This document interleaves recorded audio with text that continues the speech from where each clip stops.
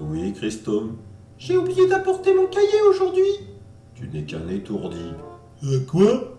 Un étourdi, Ramsès. Quelqu'un qui ne fait pas attention à ce qu'il fait et qui oublie souvent. Molière a écrit une pièce là-dessus. Vous êtes sûr?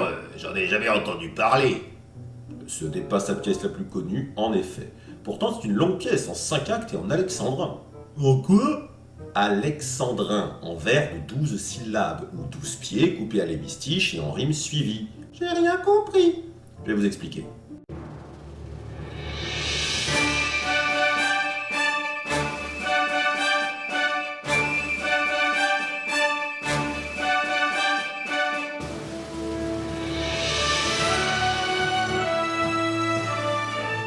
Bonjour chers élèves, je suis le comte de Noiles et nous continuons notre tour d'horizon des pièces de Molière en vous racontant la première pièce de Molière connue en 5 actes en vers.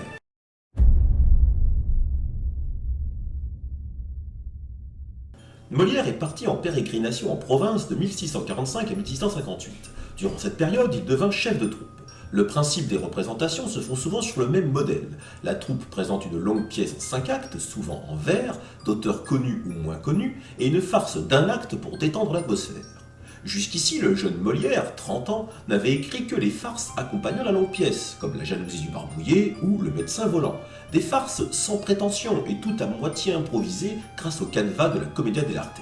En 1653, Molière décida de passer un cran nettement au-dessus, écrire sa propre longue pièce en vers.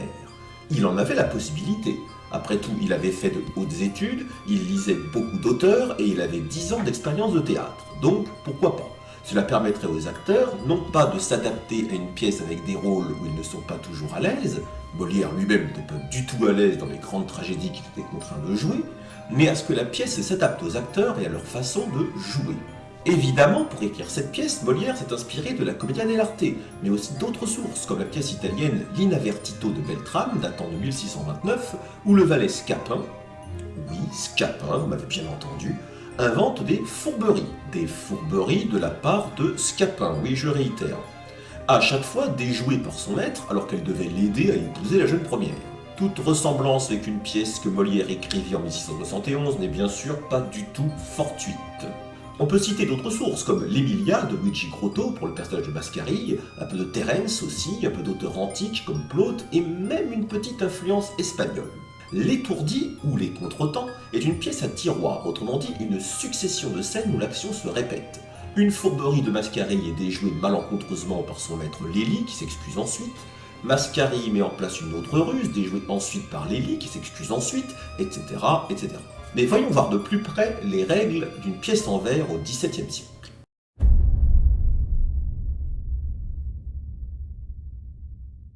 L'étourdi est une pièce en 5 actes en vers, plus précisément en alexandrin.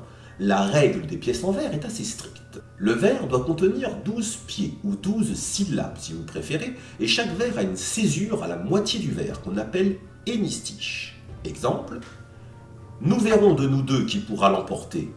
Il y a une respiration à la moitié du vers. Nous verrons de nous deux qui pourra l'emporter. Il existe 3 sortes de rimes, suivies, croisées et embrassées. Pour une pièce en vers, les rimes doivent être suivies, autrement dit, chaque vers rime avec son voisin. Eh bien, Léandre, eh bien, il faudra contester. Nous verrons de nous deux qui pourra l'emporter. Vous trouvez ça difficile? Attendez, il y a d'autres contraintes. La rime doit être une rime riche ou suffisante, autrement dit, 2 voire 3 phonèmes identiques. Eh bien, Léandre, eh bien, il faudra contester. Nous verrons de nous deux qui pourra l'emporter. 2 phonèmes, T et T, rime suffisante. Qui dans nos soins communs pour ce jeune miracle, au vœu de son rival, portera plus d'obstacles? Acle et acle, plus de 3 phonèmes, rime riche. Les rimes pauvres, un seul phonème, comme dans La cigale et la fourmi, se trouve à fort dépourvu quand la buse fut venue, U, ne sont pas autorisées. Vous trouvez ça très difficile? Attendez, c'est pas fini. Figurez-vous qu'il faut alterner les rimes masculines et féminines. Kezako? Les rimes féminines doivent terminer par un E, et les masculines sont toutes les autres. Eh bien, Léandre, eh bien, il faudra contester. Nous verrons de nous deux qui pourra l'emporter. Rime masculine. Qui dans nos soins communs pour ce jeune miracle, au vœu de son rival, portera plus d'obstacles? Ça finit par un E, rime féminine. Et il faut donc alterner rime masculine et féminine toute la pièce. Vous trouvez toutes ces contraintes définitivement trop dures? Est-ce que je vous ai parlé de la règle des 3 unités? Figurez-vous que dans une longue pièce en verre, il faut aussi une unité de temps, tout doit se passer en 24 heures, une unité de lieu, tout doit se passer au même endroit, et une unité d'action. Tout doit tourner autour de la quête principale, il ne doit pas y avoir de quête secondaire. Notre cher Pierre Corneille aura d'ailleurs beaucoup de mal avec ces règles, et on le lui reprochera souvent, comme pour la querelle du Cid en 1637. Et ne parlons même pas de l'illusion comique. Pour l'heure, intéressons-nous au personnage de cette première pièce de Molière, respectant toutes ces contraintes.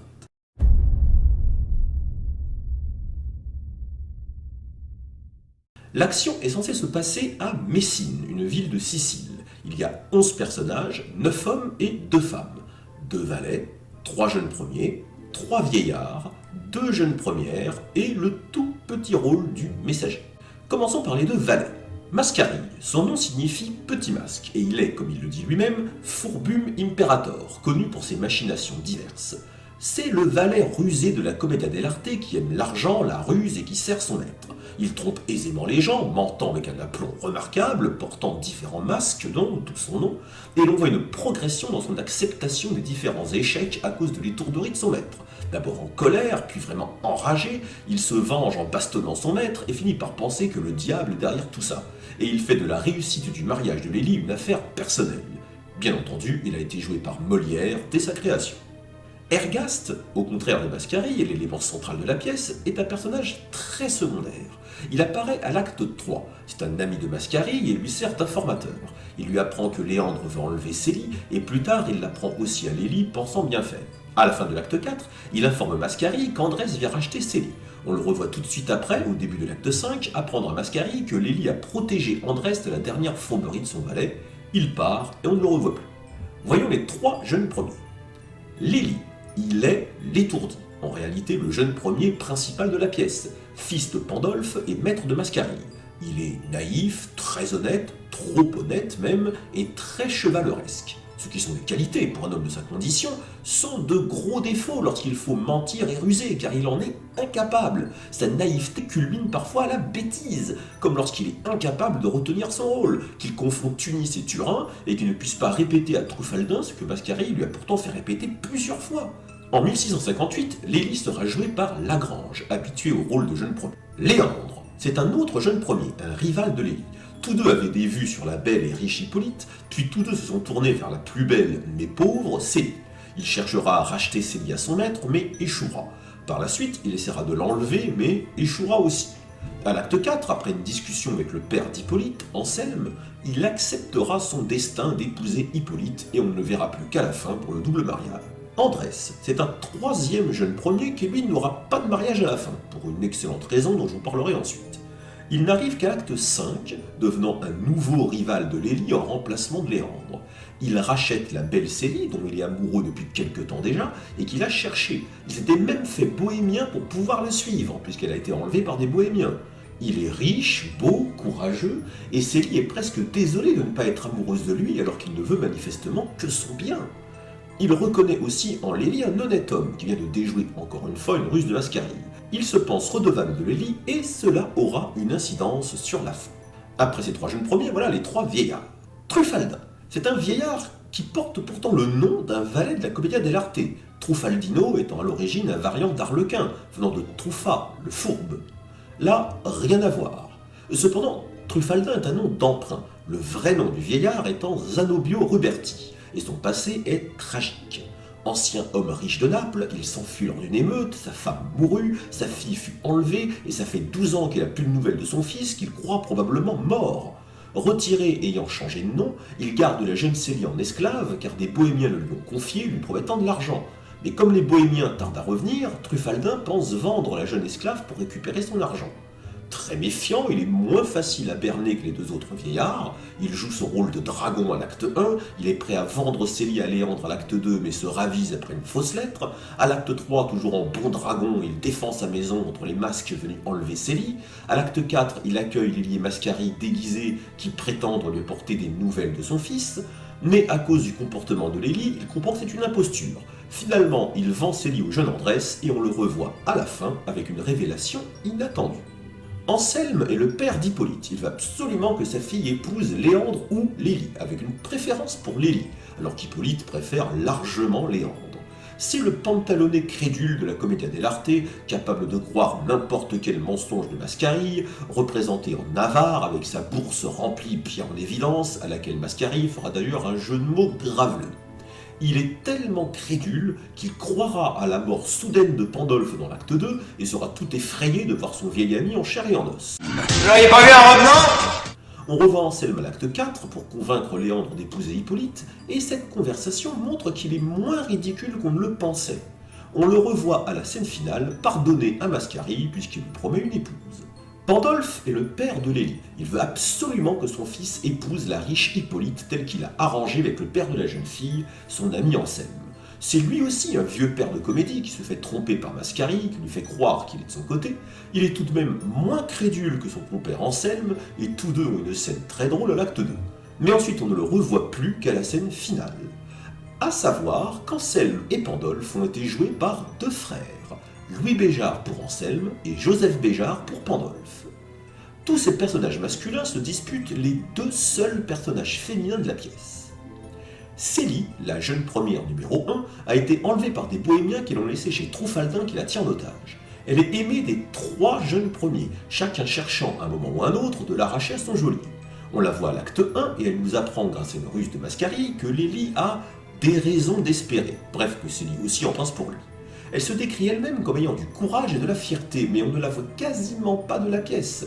Une fois à l'acte 1, puis à l'acte 5, où elle a bien plus de présence car elle est enfin libre, mais rachetée par Andrès, avec qui elle éprouve de la reconnaissance et de l'amitié. Elle n'a aucune interaction avec Léandre, ce qui prouve si on est besoin qu'il n'était vraiment pas fait pour elle. Elle sera confrontée à Hippolyte qui se plaint à elle qu'elle lui ait ravi tous ses amants. Andrès renoncera à elle après la révélation finale et elle épousera Lélie. Célie a été jouée par la très belle Madame Debray.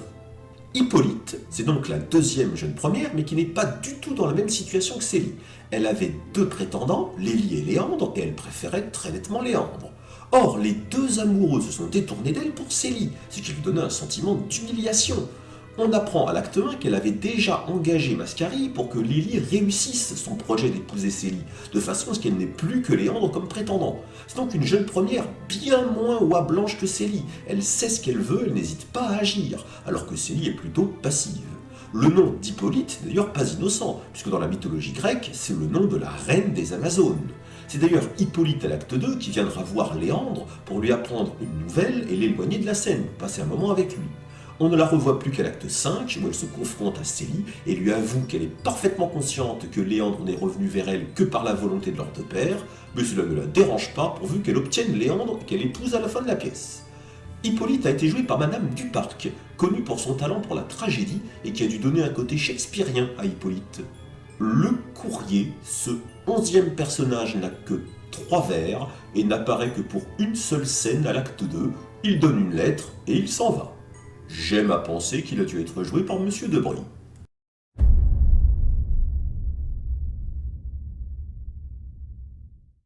Acte 1. Lélie aime Célie, retenue prisonnière chez Truffaldin, et il sait que Léandre l'aime aussi. Lélie demande de l'aide à son valet Mascarille. Première fourberie, Mascarille fait croire à Truffaldin que Célie sait dire la bonne aventure et la sonde sur ses sentiments pour Lélie. Elle lui fait comprendre par image qu'elle est intéressée aussi. Mais Lélie débarque pour avouer tout franchement à Truffaldin qu'elle est intéressée par Célie et qu'il veut la racheter. Maintenant méfiant, Truffaldin enferme la jeune fille. Après avoir un peu tensé son maître, Mascarille cherche à obtenir de l'argent. Anselme vient, la bourse pleine, deuxième fourberie, Mascarille lui fait croire qu'une certaine Nérine est amoureuse de lui et il profite de son trouble pour faire tomber la bourse pleine d'écus. Seulement, Lélie revient sur scène, voit la bourse au sol et la rend innocemment à Anselme. Mascarille tense une nouvelle fois son maître et lui demande de ne plus se mêler de rien. Lélie part et voici son père, Pandolfe, qui arrive pour se plaindre de son fils à Mascarille. Troisième fourberie, Mascarille prétend qu'il est pour Pandolfe et contre le projet de mariage de Lélie avec Célie. Quatrième fourberie, il suggère à Pandolfe qu'Anselme rachète lui-même Célie et qu'il la lui confie ensuite pour la faire disparaître loin d'ici. Pandolfe accepte et sort, et voici Hippolyte, fort en colère contre Mascarille, car on apprend qu'elle l'avait déjà engagé pour qu'il favorise le mariage de Lélie avec Célie, pour qu'Hippolyte n'ait plus qu'un seul prétendant, celui qu'elle aime, Léandre. Mascarille lui révèle le stratagème, Hippolyte se rassure et paie Mascarille de nouveau avant de partir. Lélie revient, tout fier, pour annoncer à Mascarille qu'il a empêché Anselme d'acheter Célie. Mascari désespère de la bêtise de son maître. Acte 2. Mascari, cette fois, prévient Lélie de sa 5e fourberie. Faire croire à Anselme que Pandolfe est subitement mort et qu'il lui donne de l'argent, soi-disant pour les obsèques. Anselme arrive, Mascari lui fait croire à cette soi-disant mort, Lélie fait semblant de pleurer, et ils sortent tous deux avec la bourse d'Anselme. Sauf que par malchance, Pandolfe, bien vivant, entre. D'abord convaincu qu'il s'agit d'un fantôme, Anselme est détrompé. Pandolfe sort, Lélie arrive pour racheter Célie, mais Anselme prétend que la bourse est pleine de fausses pièces. Naïf, Lélie lui rend la bourse, et Anselme peut faire la leçon à Lélie avant de sortir. Lélie annonce à Mascari qu'il a rendu la bourse, et Mascari est prêt à renoncer à aider son maître lorsque Léandre revient pour racheter Célie. Mascari accepte d'aider une nouvelle fois Lélie. 6e fourberie, il vient voir Léandre, prétendant que Lélie l'a chassé en lui donnant 200 coups de bâton. Conscient de la valeur de Mascari, Léandre veut le prendre à son service. Il lui donne la bague qui permettra d'aller chercher Célie à Truffaldin. Léandre part, appelé par Hippolyte, et Mascari vient chercher Célie chez Truffaldin en lui montrant la bague. Va-t-il gagner ? Non, car un courrier donne une lettre à Truffaldin lui intimant l'ordre de garder Célie, soi-disant la fille d'un noble espagnol qui va venir la chercher. Truffaldin cesse toute transaction. Mascari voit Lélie tout fier annoncer qu'il est l'auteur de cette fausse lettre pour empêcher Léandre d'acquérir Célie. À la boulette. Mascari n'en peut plus et s'enfuit de rage. Acte 3. Mascari, seul, donne une dernière chance à son maître avant de l'abandonner. Léandre revient, toujours convaincu que Mascari est désormais à son service. 7e fourberie, Mascari fait croire à Léandre que Célie est une femme de petite vertu, une prostituée en somme. Il laisse Léandre le croire, et Lélie entre. Léandre lui annonce qu'il renonce à Célie qui n'est qu'une entraîneuse. Tu mens! Tu mens! Tu mens! Il ment! Lélie, prêt à tout pour soutenir l'honneur de sa bien-aimée, confronte Mascari pour qu'il avoue la vérité, malgré les nombreux clins d'œil de son valet, et révèle à Léandre que Mascari est toujours à son service. Léandre, comprenant qu'il s'est fait tromper 2 fois, part. Mascari tense une nouvelle fois son maître, qui s'excuse et sort. Le valet Ergaste entre et prévient Mascari que Léandre et ses gens déguisés vont tenter d'enlever Célie. Mascari part pour préparer son 8e plan, et Ergaste en prévient Lélie du même danger. Prêt à tout pour empêcher son rival d'enlever Célie, Lélie prévient Truffaldin de se méfier des masques qui vont arriver. Sauf qu'en réalité, c'est Mascari, déguisé en femme, qui arrive avec des complices. Lélie fait donc tout saboter et Mascari s'enfuit. Léandre arrive avec ses complices et échoue tout autant. Acte 4. 9e fourberie. Mascari a fait se déguiser Lélie en arménien. Il connaît le passé de Truffaldin, de son vrai nom Zanobio Ruberti, qui a quitté Naples et qui a perdu de vue sa famille, dont son fils qu'il n'a pas vu depuis 12 ans et qu'il croit mort. Mascari veut faire passer Lélie pour un homme qui lui apporte des nouvelles de ce fils disparu. Le problème, c'est que Lélie est un très mauvais acteur, et que lorsque Truffaldin l'interroge, Mascari doit souffler toutes les réponses à son maître. Truffaldin finit par les accueillir chez lui, et nous voyons Anselme convaincre Léandre d'épouser Hippolyte. Ils sortent, Mascari et Lélie sortent de chez Truffaldin. Mascari est en colère car Lélie a commis bévue sur bévue et sans parole a réussi à montrer qu'il était très amoureux de Célie. Truffaldin sort avec un bâton pour frapper les 2 imposteurs. 10e fourberie, Mascari réussit à lui faire croire que lui aussi s'est fait tromper et doit prendre le bâton pour frapper Lélie, ce qu'il fait avec bonheur pour se venger de cette bévue. Truffaldin parti, Mascari fait jurer à Lélie à nouveau de ne plus se mêler de rien et Lélie part soigner son dos. Ergaste entre et prévient Mascari qu'un certain Andrès débarque pour venir racheter Célie. Mascari organise une 11e fourberie, faire croire aux policiers qu'Andrès est un voleur et le faire arrêter. Acte 5, Mascari enrage car il apprend d'Ergaste que Lélie est venue au secours d'Andrès et l'a délivré. Ah! Mascari commence à penser que Lélie est habitée par un démon qui se plaît à déjouer tous ses plans. Il jure de gagner entre le démon et lui. Ils sortent et l'on voit Andrès sortir de chez Truffaldin avec Célie et l'assurer de son amour. Célie prétend avoir mal à la tête et Mascari organise sa 12e fourberie, faire croire que la maison de son maître est une auberge et lui un Suisse allemand avec un gros accent germanique. Célie entre avec Mascari, mais Lélie entre et assure à Andrès que cette maison est la sienne et n'est pas une auberge. Mascari revenu, Lélie lui dit naïvement d'arrêter de jouer la comédie. Andrès reprend Célie et remercie Lélie de l'avoir encore une fois sauvée. Désespéré, Lélie sort, puis Mascari et Andrès. Hippolyte se confronte à Célie, à qui elle reproche de lui avoir fait perdre ses amants, mais lui apprend qu'elle lui pardonne, car elle va épouser Léandre quand même. Mascari arrive et sort une révélation de dernière minute. La vieille égyptienne qui suivait Andrès reconnut Truffaldin comme le père d'Andrès et Célie comme la fille de Truffaldin. La scène finale fait se réunir les personnages. Truffaldin, Andrès et Célie se retrouvent. Andrès insiste pour que Lélie, à qui il doit une faveur, épouse Célie. Les deux couples s'épousent. Anselme promet une fille à marier pour Mascari. Tout finit bien.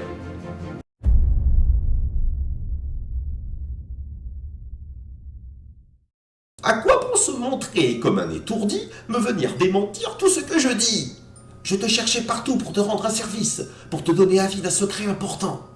Je ne m'étonne pas si je romps tes attentes. À moins d'être informé des choses que tu tentes, j'en ferai encore 100 de la sorte. Je sais combien je dois à cet honneur insigne que vous me voulez faire et dont je suis indigne, et vois, malgré l'effort dont je suis combattu, ce que vaut votre fille et quelle est sa vertu. Vous le savez, Célie, il n'est rien que mon cœur n'ait fait pour vous prouver l'excès de son ardeur. Il est un peu trop tard pour enlever Célie. Dispensez-l'en ce soir, elle vous en supplie. Aurait-on joué pièce et fait supercherie? Je vais faire informer de cette affaire-ci contre ce Mascari, et si on peut le prendre, quoi qu'il puisse coûter, je veux le faire pendre. Cette fille a du cœur, et dans l'adversité, elle sait conserver une noble fierté. Tu m'avais promis, lâche, et j'avais lieu d'attendre qu'on te verrait servir mes ardeurs pour Léandre. Lui rendre seulement la lettre que voici.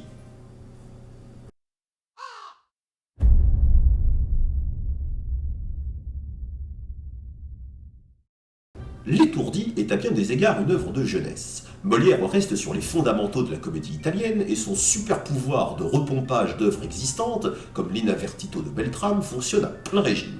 Il s'autorise aussi quelques allusions graveleuses, il introduit des coups de bâton, sauf qu'il surprend son monde en renversant la situation et en faisant battre le maître par le valet, ce qui a dû bien faire rire les gens de l'époque tellement c'était le monde à l'envers. C'est une comédie à tiroir, un alignement de fourberies de Mascari, toutes déjouées par Lélie immédiatement après, si tant est qu'on ne peut que donner raison à Mascari. Oui, il y a un diable qui s'évertue à faire échouer les machinations du valet. Et ce diable, c'est Molière lui-même. Finalement, le personnage est à deux doigts de se rendre compte qu'il est un personnage de papier et qu'il est soumis à son auteur. Je me suis fait une autre réflexion en lisant cette pièce. Qui est l'étourdi? À première vue, la réponse est évidente, c'est Lélie. Il est naïf, parfois franchement idiot, ne se rend jamais compte des clins d'œil de Mascari et n'est pas capable de faire semblant.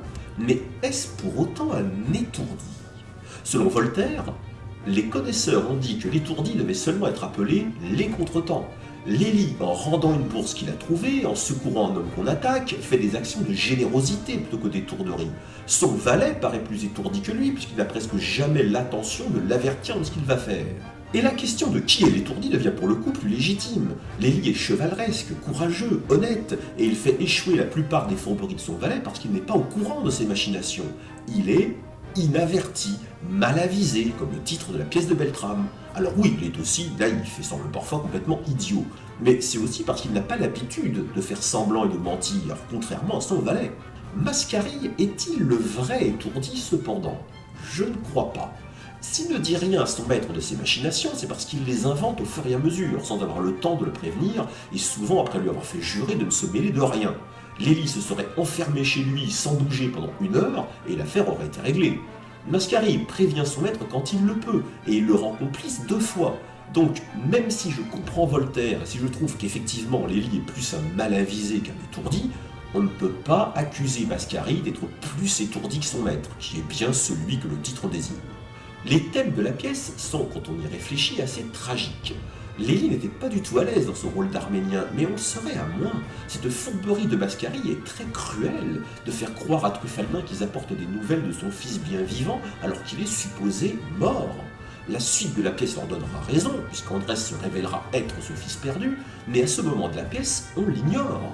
Puisqu'on est dans la cruauté et dans les sujets graves, faire croire à Anselme que Pandore fait mort rien pour lui soutirer de l'argent est, si on y réfléchit, bien cruel aussi. La pièce le tourne en blague, mais Anselme est convaincu d'avoir perdu un de ses meilleurs amis. Et ne parlons même pas du thème de la séquestration, de l'esclavage, du mariage forcé. L'étourdi est une pièce comique qu'on pourrait très facilement transformer en drame si c'était pas Molière qui était aux commandes. Et c'est un trait reconnaissable dans beaucoup de ses pièces, comme L'Avare, Le Malade imaginaire, L'École des femmes et tant d'autres. Il y a d'autres traits reconnaissables dans les autres pièces de Molière. Le Deus ex machina, réglant toutes les intrigues en quelques secondes, est un procédé typique que Molière réutilisera dans bon nombre de ses pièces, de Tartuffe aux femmes savantes, de même la soudaine filiation de personnages qui semblaient n'avoir rien en commun, comme dans l'Avare ou dans les Fourberies de Scapin. En cela, L'étourdi est un prototype qui expérimente plusieurs ficelles molièresques qui seront recyclées ensuite. Une critique est d'ailleurs récurrente. Les fourberies de Mascarille n'auront servi à rien puisque l'affaire se dénoue par cette reconnaissance de filiation entre Truffaldin, Andrès et Célie. Mascarille a donc, comme dirait Shakespeare, fait beaucoup de bruit pour rien. Je ne suis pas d'accord. C'est grâce aux fourberies de Mascarille que Lélie sauvera Andrès et l'aidera ensuite. Et c'est grâce à cette dette qu'Andrès appuiera les désirs de Lélie auprès de sa sœur. Finalement, c'est grâce à son côté chevaleresque et honnête que Lélie pourra enfin épouser sa belle. Molière continuera son incursion dans les pièces en 5 actes et en vers avec Le dépit amoureux, autre œuvre de jeunesse écrite en province. Réussira-t-il à prendre plus de distance avec les pièces à tiroir et la comédie italienne? Il faut le lire pour le savoir.